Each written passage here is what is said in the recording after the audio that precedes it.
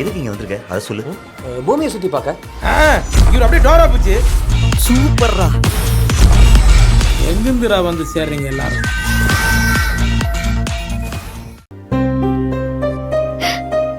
இந்தாங்க புடிங்க. என்னம்மா இது, ஏதாவது முக்கியமான தகவலா? ஆமா மாமா, நம்ம ப்ராடக்ட் எல்லாத்தையும் கோயம்புத்தூர் ஃபுல்லா டீலர்ஷிப் எடுக்கிறதா கோயம்புத்தூர் டீலர் வந்து பேசினாரு. பேசினது மட்டும் இல்ல, கையோட செக்கையும் எழுதி கொடுத்துட்டு போயிட்டாரு. ஓபன் பண்ணி பாருங்க.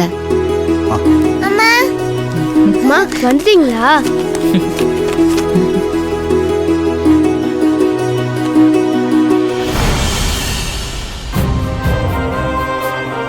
என்ன சேவந்தி இது? ஒண்ணுக்கு பக்கத்துல இத்தனை சைஃபர் இருக்கே, பெரிய அமௌண்டா இருக்கும் போல இருக்கே. 10,000. அம்மா 10 லட்சம். 10 லட்சமா? என்ன செவந்தி, 10 லட்சம் ரூபாய் கொடுத்தாங்களா? எப்படிமா? ஆமா மாமா, என்னாலையும் நம்ப முடியல. எல்லாத்துக்கும் காரணம் பாட்டியோட கைப்பக்குவம் தான். அதனாலதான் இவ்ளோ பணம் தர்றதுக்கு ரெடியா இருக்காங்க. 10 லட்சம் ரூபாய் காசெல்லாம் இது வரைக்கும் நான் படத்துல தான்மா பாத்திருக்கேன். இன்னைக்குதான் தடவையா பாக்குறேன். ஏன் செவந்தி, இந்த பேப்பரை கொடுத்தா காசை கண்டிப்பா கொடுத்துருவாங்களா? ஒருத்தி அத்தை கண்டிப்பா தருவாங்க. இது பேப்பர் இல்லாத செக். சரிம்மா, இனிமே ஞாபகம் வச்சுக்கிறேன். என்ன எல்லாரும் சந்தோஷமா இருக்கீங்க? மாமா அந்த செக் இப்படி கொடுங்க. பாட்டி இந்தாங்க. என்னம்மா அது? உங்க கைராசி, உங்க கைராசி மட்டும் இல்ல, உங்க கை பக்குவம் இன்னைக்கு 10 லட்சம் ரூபாய் காசோட வந்து நிக்குது. பாட்டி, அடுத்த டார்கெட் பெருசா இருக்கணும். என்ன பாக்குறீங்க? டீலர்ஷிப்காக ஒருத்தர் 10 லட்சம் ரூபாய் அட்வான்ஸ் கொடுத்துட்டு போயிருக்காரு.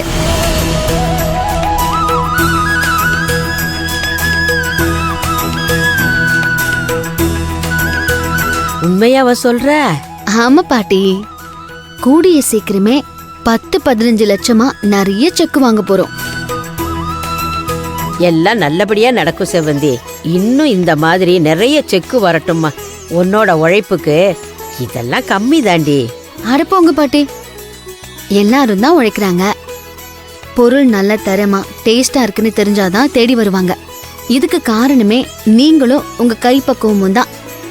உங்க கைப்பக்குவம் தான் இன்னைக்கு காசா மாறி இருக்கு. நாங்கெல்லாம் உங்களுக்கு ஹெல்ப் பண்றவங்க தான். எல்லாம் நம்ம வீட்டுக்கு தானடி வரப்போகுது. ரொம்ப சந்தோஷமா இருக்குடி. பாட்டி, நிறைய இடத்துக்கு அங்கங்க டெலிவரி பண்ண வேண்டியது இருக்கு. இந்த 10 லட்சம் ரூபாய் காசுல ஒரு செகண்ட் ஹேண்ட் வேன் வாங்கிடலான்னு இருக்கேன்.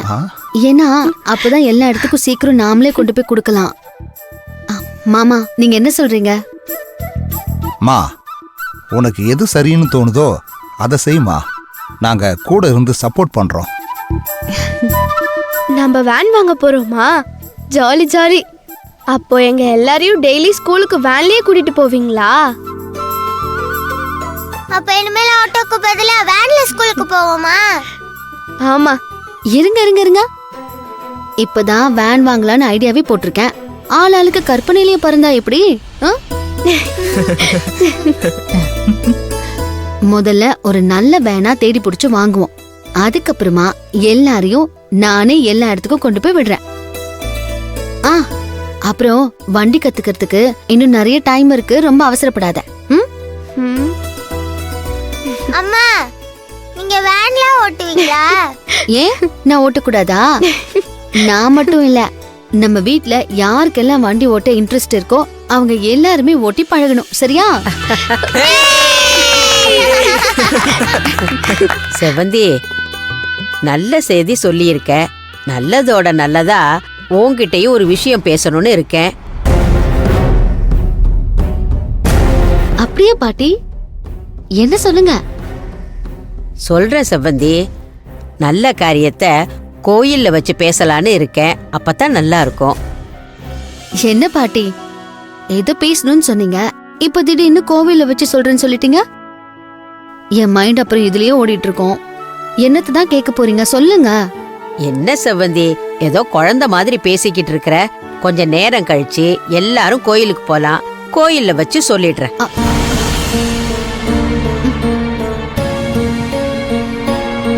ரொம்ப யோசிக்காத. உன்கிட்ட நான் என்ன பெருசா கேட்டுட போறேன்? என்ன பாட்டி நீங்க என்கிட்ட இருக்கிறதுல நீங்க எதை கேட்டாலும் எடுத்துக்கோங்கன்னு சொல்ல போறேன். இதுக்கு கேள்வி எல்லாம் குடு செவந்தினா கொடுத்துட போறேன். சரி சரி, கோயில்ல போய் பேசிக்கலாம். பாட்டி, எப்போ கோவிலுக்கு போய் சேர போறோம்? நீங்க என்ன கேட்க போறீங்க? எனக்கு இப்பவே ஆர்வமா இருக்கு.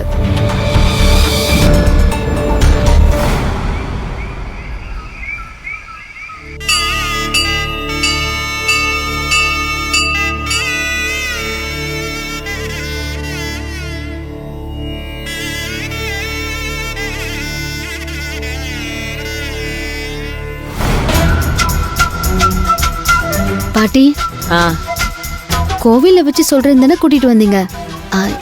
என்ன சொல்ல போறீங்க? எனக்கும் ஆர்வமா இருக்கு, சொல்லுங்க. பாட்டி, நீங்க தயங்கறத பார்த்தா என்னமோ ஏதோ இருக்கும் போல இருக்கேன். சொல்லுங்க பாட்டி. எப்படி தொடங்குறதுன்னு தான் தெரியல. சரி, விஷயத்துக்கு வரேன். நேத்து தமிழுக்கு உடம்பு சரியில்லைன்னு ஆஸ்பத்திரியில இருந்தப்போ அப்போ ஒரு விஷயத்த கவனிச்சேண்டி. அத உன்கிட்ட சொல்லலான்னு தோணுச்சு. ஒண்ணு இல்ல, நம்ம ரகு உன் புள்ளைய அப்படி பாத்துக்கிட்டாண்டி. ராத்திரி எல்லாம் கண்ணு முழிச்சு பாத்துக்கிட்டாண்டி. ரத்தம் வேணும்னு கேட்டாங்க, ரத்தம் கொடுக்கறதுக்கு ரெடியா வந்து நின்னாண்டி. குழந்தைக்கு டெங்கு ஃபீவர் இருக்குன்னு டாக்டர் சொன்னப்ப அவன் முகத்தை பார்க்கணுமே ரொம்ப வருத்தப்பட்டாண்டி. நேத்து நீங்க எல்லாமே சொன்னீங்களே பாட்டி, அத்தை கூட ரகு பண்ணதெல்லாம் சொன்னாங்க. உண்மையிலேயே ரகு குழந்தை மேல இவ்ளோ பாசமா இருக்காரு, அதுவும் ஏன் குழந்தை மேல இவ்ளோ பாசமா இருக்காருன்னு இப்பதான் எனக்கு தெரிஞ்சது. உண்மைதான், அவனுக்கு குழந்தை வேணும்னு ஆசையா இருக்காண்டி. அதனால உன் குழந்தை மேல அவ்வளவு பாசமா இருக்கான். பின்ன இருக்காதா பாட்டி? என்னதான் இருந்தாலும் அவரோட அண்ணன் பையன் தானே, அந்த பாசம் இருக்கும்ல. என்ன மாமா? ஆமாம்மா.